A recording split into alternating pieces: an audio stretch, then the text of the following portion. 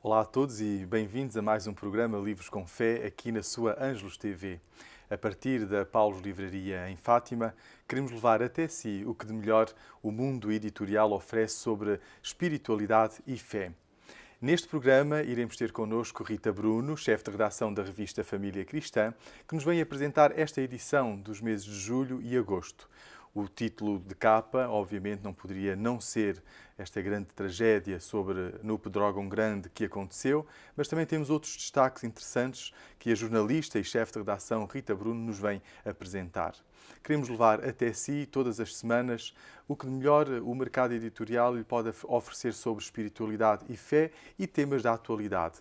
Por isso, peço que lhe acompanhe e convido a permanecer connosco, pois temos várias novidades para lhe apresentar.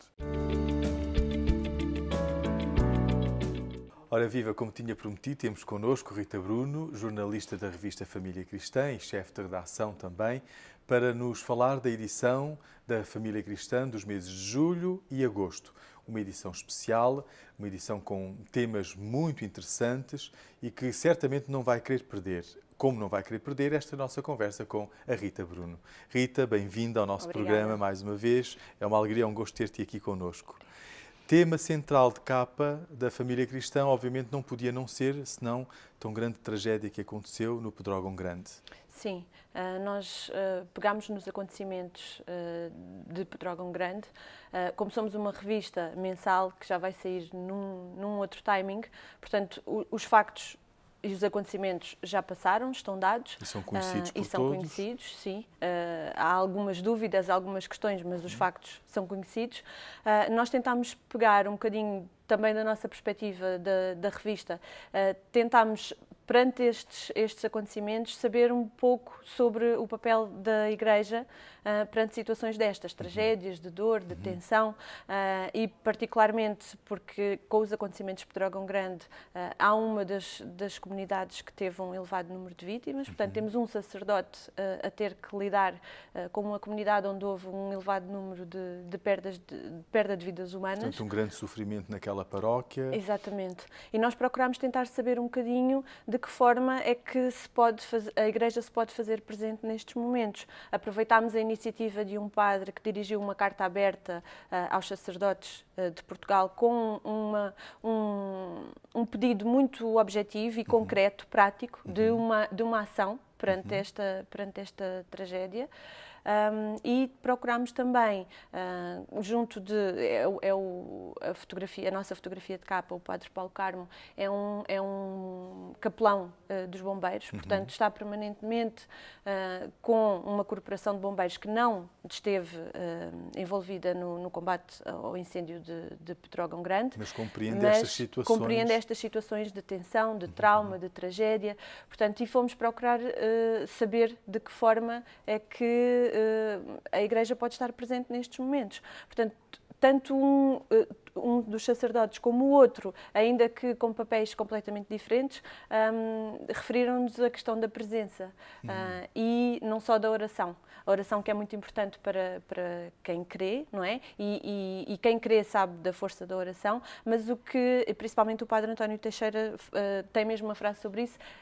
A oração é ir para além da oração, portanto, e é fazer-se presente junto das pessoas, acompanhar o sofrimento delas, viver com elas as dúvidas, a revolta, as questões todas que surgem perante estes acontecimentos, estando presentes, passando com elas o dia-a-dia. Que perspectiva interessante, portanto, para além daquelas iniciativas da Igreja de recolher fundos para poder acudir à parte material das pessoas, há também da parte da Igreja uma preocupação de presença, de proximidade, de oração, para poder ir ao encontro de outro sofrimento que não é apenas material. Sim, na pessoa do Padre Paulo Carmo isso vê-se, não é? Porque acompanha diariamente os sacerdotes, e o próprio Padre António Teixeira foi uma coisa que disse. Ele dirigiu esta carta precisamente porque agir através de instituições que recolhem fundos e tudo mais, ele considera que não é suficiente e que deve ser feito um esforço por parte da Igreja também de ir para além disso, ir para além da oração, ir para além dessas recolhas de fundos. Portanto, no fundo, estar com as pessoas, porque também foi isso, e foi esse o exemplo de Jesus Cristo. Portanto, estar no meio daqueles que sofrem, é essa a comparação que ele faz. Portanto, que os sacerdotes devem ter esse papel também. Muito bem. Se me é permitido uma pergunta um pouco mais pessoal, és mãe de 2 filhas, como é que as tuas filhas acompanharam toda esta tragédia? Porque vimos na comunicação social imagens muito fortes, não é? E provavelmente fizeram-te perguntas também em relação a isto, e tu, como mãe, como é que te posicionas e como é que procuras também explicar e ajudar a compreender tão grande desgraça na vida de Portugal e de tantas outras famílias? Eu faço questão, sou daquelas mães que faz questão de, quando há situações destas, que elas vejam. Portanto, não faço pressão, não é? Mas tento que, de facto, elas vejam, e quando fazem perguntas do que é isto, onde é que foi, porque é que aconteceu, tentar sempre responder. Foi, em termos de cobertura mediática, foi uma coisa pesada, e eu tive uma situação muito visível desse peso que a comunicação social teve. Por um motivo, entrámos uma vez no nosso prédio e ele estava cheio de fumo, e eu disse-lhes que não podíamos ir pelo elevador, porque não sabia de onde é que aquilo vinha, e começámos a subir a escada, e num dos andares realmente havia fumo a sair de uma das portas, e eu pedi a elas para descerem, porque ia chamar alguém, e a minha filha mais velha ficou paralisada e disse: mãe, vamos morrer, porque portanto, associou a presença de fumo e a possibilidade de um incêndio àquilo que tinha visto, e para ela fumo e incêndio era igual a vamos morrer. Portanto, foi uma situação mais difícil de gerir, e que eu vi aí o peso que tinha tido a comunicação. E o tipo de comunicação que se faz também destas situações e destas circunstâncias. Exato. Depois teve que ser feito um trabalho com ela, mas pronto, foi visível naquela situação em particular. Passando agora para as 2 chamadas de capa da revista. Uma delas fala-nos da sociedade, as dificuldades que os refugiados têm em encontrar trabalho. O que nos diz este artigo? Este é um artigo da jornalista Cláudia Sebastião. Foi feito na área metropolitana de Lisboa, numa junta de freguesia de Santaria da Azóia, Bobadela e São João da Talha, porque esta junta de freguesia desenvolveu um projeto numa altura em que nós falamos tanto da recepção aos refugiados, das condições que temos ou não temos para os receber. Foi um projeto desta junta de freguesia que, lidando com um dos refugiados em particular, se tinha apercebido de que eles estavam com dificuldade em encontrar emprego.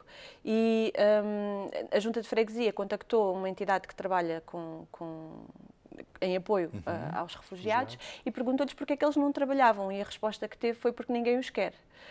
Portanto, esta junta de freguesia decidiu criar um programa, portanto é um programa com tempo limitado, em que dá uma experiência laboral a refugiados, na esperança de que esta experiência laboral lhes permita depois, quando vão à procura de emprego, tendo já a vivência de um trabalho, que lhes seja mais fácil de encontrar emprego. Não é muito fácil, e nisto muitas vezes até os próprios subsídios acabam por ser, e os apoios que são dados acabam por ser um obstáculo, porque quando estas pessoas vão procurar emprego, a primeira coisa que lhes dizem é: são refugiados, há apoios para vocês. Portanto, Porém, os refugiados o que procuram é mesmo trabalho, não é? Uma realização pessoal também no trabalho, não simplesmente ficar à mercê dos subsídios que possam vir. Estes 2 testemunhos que a Cláudia recolheu é exatamente isso. Portanto, são pessoas que estavam habituadas a trabalhar no país delas. Portanto, um é um refugiado que veio da Somália e o outro da Eritreia. Portanto, são pessoas que estavam habituadas a trabalhar e a trabalhar nas mais diversas áreas, já fizeram de tudo, e chegaram cá e sentem esse vazio de não ter essa realização e, no fundo, de poderem pagar as contas deles, poderem até trazer a família. Portanto, há um deles que deseja trazer familiares, mas para isso tem que ter um trabalho, tem que ter uma vida estável para poder receber a família. Portanto, o que eles sentem falta é desta oportunidade para trabalharem. Portanto, não está em causa a questão da língua, o facto de não saberem falar português. É assim, um acredito dos que isso impedimentos. causa alguma dificuldade, porque acabam por se expressar mal. Um dos refugiados com um bocadinho mais de dificuldade no português do que o outro. Portanto, mas o que nos diz o Presidente da Junta de Freguesia é que essas dificuldades foram ultrapassadas com gestos, com outras formas de comunicação. Na procura de um emprego pode realmente ter algum peso, mas este exemplo que é dado foi de que, pelo menos no dia-a-dia e com os colegas, essas questões acabam por ser ultrapassadas, encontram-se outras maneiras de comunicar. Esperemos que quem venha a ler este artigo e que esteja dentro do mundo do trabalho, que possa ter esta sensibilidade e, em um certo momento, poder ajudar mais refugiados a realizarem-se também no mundo do trabalho. Outra chamada de capa tem a ver com a Igreja, tem a ver com os jovens que partem em missão. Então, neste tempo de verão, os jovens não querem ficar só no sofá, ver televisão ou então numa bela esplanada, beber qualquer coisa de fresco. Exatamente. Quem são estes jovens que partem em missão? São jovens. Isto estamos a falar, nesta época de verão, estamos a falar de voluntariado de curta duração, portanto, precisamente para o período das férias, porque também há o voluntariado de longa duração. Não é este caso, este é voltado para jovens e para jovens que estão a viver o tempo de férias. É um artigo do jornalista Ricardo Perna, ele recolheu 2 testemunhos, de uma jovem que já fez este tipo de voluntariado e de outra jovem que ia iniciar o programa na altura em que o Ricardo falou com ela. Falou também com uma responsável da FEC, portanto, que é uma das organizações que dá formação na área do voluntariado. Esta questão da formação, mesmo para um voluntariado de curta duração, é muito importante. Curta duração, falamos de 1 mês, 2 meses? Sim, 1 mês, 2 meses, à volta disso. Okay. A questão da formação é igualmente importante. Por vezes associa-se a necessidade de formação apenas ao voluntariado de longa duração, mas o que explica a responsável da FEC é que não se pode mandar as pessoas para outros países, para outras culturas, para outras realidades, sem lhes dar uma preparação e uma preparação séria de vários meses, com várias sessões, abordando vários temas, porque às vezes há um bocadinho uma visão romanceada do voluntariado, não é? De que as pessoas têm, de facto, muito boas intenções e querem ajudar a melhorar o mundo, mas têm que perceber que não só a sua experiência não vai solucionar os problemas das pessoas, não é? Portanto, fazem parte de um conjunto, de um projeto que pode não ter resultados imediatos, não é? Geralmente não tem. E de uma cultura diferente também. Exatamente, têm que estar preparadas para o choque da realidade e têm que estar preparadas também para respeitar a cultura. Portanto, e não falamos só de aceitação. Nós muitas vezes, com a nossa cultura, temos a ideia de que sabemos o que é melhor e o que não é, e muitas vezes aquilo que é melhor para nós, numa outra realidade, não resulta e não é de facto o melhor para aquelas pessoas. Daí Portanto, a necessidade da formação antes de ir à missão. Da formação. Daqui destes testemunhos resulta também a vontade muito grande, de facto, que algumas pessoas têm de fazer o bem, de ajudar, e a experiência com que ficam. Portanto, o testemunho da moça que já fez esta experiência de voluntariado, ela veio veio mais enriquecida, portanto, ela esteve numa cultura da América do Sul, portanto, e ela diz que ganhou uma segunda família, portanto, ainda que com as devidas distâncias, não é? Lá está, é também essa... Há ali laços depois de amizade e familiaridade que se criam. E ela diz que continua a receber notícias das pessoas, portanto, e relata também a experiência de uma realidade mais dura e que lhe causou algum choque, portanto, não é a mesma realidade que a nossa. Ela tem um testemunho bonito de um episódio que viveu e que foi duro. Ela diz que foi muito difícil de gerir, mas que lá está. É um tipo de experiências que depois nós trazemos para a vida. E ao Padre Feitor Pinto, perguntam-lhe se é possível casar pela igreja na praia. Essa é a pergunta deste mês. Portanto, há muita gente que tem uma visão para o dia do matrimónio, não é? Com praia, ou com paisagens idílicas. Portanto, querem juntar, não é? O sacramento com um determinado espaço e uma determinada paisagem. Portanto, o Padre Feitor Pinto vai responder muito bem, melhor a aos esta leitores questão, irem sim, ver na com família argumentos, cristã. portanto, de porque é que é ou não possível casar pela Igreja na praia. Portanto, ele dá as devidas explicações e acho que, lendo o texto, não ficamos com dúvidas se é possível ou não. Muito bem. E no mês de julho vai acontecer também o Dia dos Avós e há um artigo sobre os avós. Sim, nós de que se trata? dedicámos um artigo aos avós, Dia dos Avós a 26 de julho. Há um projeto que se chama mesmo A Avó Veio Trabalhar. Portanto, um projeto, o artigo é da Cláudia e ela foi à loja de Lisboa que se chama mesmo A Avó Veio Trabalhar. Portanto, aí conheceu um grupo de senhoras que dedicam o seu tempo a fazer peças de design, que são utilizadas em espetáculos, teatros, uma já serviu para Cannes, portanto, são peças de design que são realizadas por avós. Avós é um nome carinhoso não significa que aquelas senhoras sejam todas avós. Mas pessoas de terceira idade. Exato, e que dedicam o seu tempo a criar aquelas peças ao invés de estarem em casa. Portanto, têm aquela experiência e uma experiência que é de uma certa autonomia. Portanto, embora elas tenham um plano, entre aspas, a seguir para cada peça, porque são peças de design, não são peças só feitas e idealizadas por elas, não é? São peças com objetivos, portanto, e que servem às vezes espetáculos, portanto, têm que ser feitas de determinada maneira. Elas ocupam o seu tempo, mas com uma certa autonomia. Portanto, falando com um dos responsáveis da organização, ele refere isso mesmo. Olha que elas são autónomas nas casas delas, portanto, o objetivo é que não é serem tratadas como crianças, no fundo, é serem tratadas com a respectiva autonomia que ainda têm e que lhes permite, então, sentirem-se ativas e úteis. E para finalizarmos, então, esta nossa entrevista, não podíamos deixar de falar do suplemento que a família cristã traz para este mês. Sim, os meses de julho e agosto têm sempre um suplemento.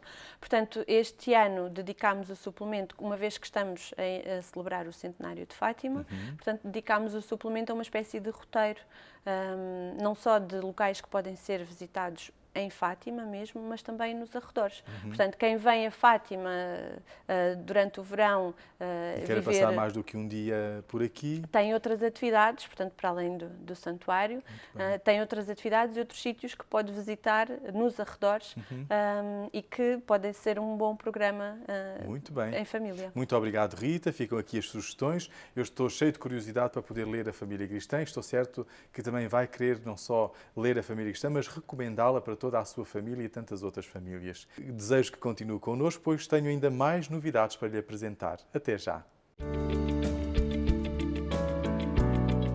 E agora desejo apresentar-vos algumas propostas de leitura, boas propostas de leitura do universo editorial, não só da Paulus, mas também de outras editoras. Proponho-vos A Questão de Género, uma abordagem antropológica de Aristide Fumagalli. É um sacerdote da Arquidiocese de Milão, é também um doutor em teologia, professor de teologia moral, que nos vem falar sobre este desafio antropológico. O que é a questão género? Do que é que se trata? Do que é que se aborda? Qual é a visão que traz? Sabemos que homem e mulher, macho e fêmea, estão na origem de toda esta questão. Que a revelação divina, a criação de Deus assim nos criou, assim nos fez, mas nas últimas décadas toda esta questão tem sido posta em causa, pois fala-se da questão de género não apenas numa questão de natureza, mas sim também influência sociológica e influência antropológica. Então o que está em causa são vários modelos no que diz respeito à questão de género, ao sentir-se homem, ao sentir-se mulher, e com tudo isto que a sociedade nos vai oferecendo e que nos vai procurando não centrar naquilo que é mais importante e naquilo que é essencial. Então esta obra, A Questão de Género, aborda toda esta temática tão atual nos nossos dias, mas com um fundamento não só cristão, mas também antropológico e sociológico. Eu recomendo vivamente, da Multinova Editores. Depois, 3 livros da mesma autora, Ana Catarina Emmerich, esta religiosa agostinha que viveu no século XIX e que teve visões de Jesus. A Paulus Editora tem praticamente todas estas visões publicadas em várias obras, e estas 3 que vos quero aconselhar e apresentar, trata-se da vida pública de Jesus. Neste primeiro volume, fala desde a morte de São José até à visita de Jesus à sinagoga de Cafarnaum, Jesus depois que vai até à Judeia, visita alguns parentes, de Nazaré vai até à Betânia, o batismo de Jesus, desde o Jordão até à Betânia, as tentações que Jesus teve, as bodas de Caná, e depois então a sua primeira celebração da sua primeira Páscoa e a prisão de João Batista, e depois volta ao mar da Galileia. No fundo, estas visões de Ana Catarina Emmerich acompanham a narração dos Evangelhos sobre a vida de Jesus, e estas visões vão complementar o que os Evangelhos acabam por não dizer.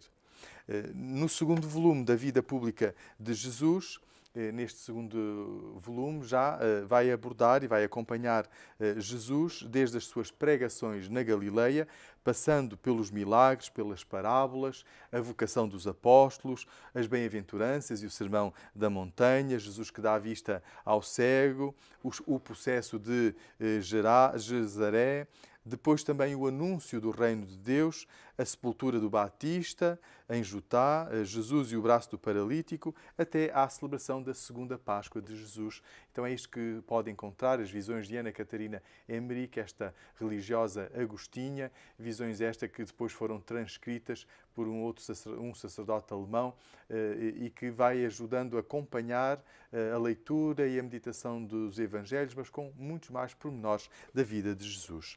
E o terceiro volume desta vida pública de Jesus, de Ana Catarina Emmerich, fala-nos já desde a transfiguração até à glorificação da Mãe de Jesus, as pregações de Gábara, Jesus depois condenado, vive a sua paixão, mas também a sua ressurreição e a ascensão aos céus e a descida do Espírito Santo. Então, 3 obras que recomendo vivamente para quem gosta deste tipo de literatura, uma literatura espiritual, em que Ana Catarina Emmerich acaba por dar a conhecer mais pormenores do que aqueles que nos são relatados pelos evangelistas sobre a vida pública de Jesus.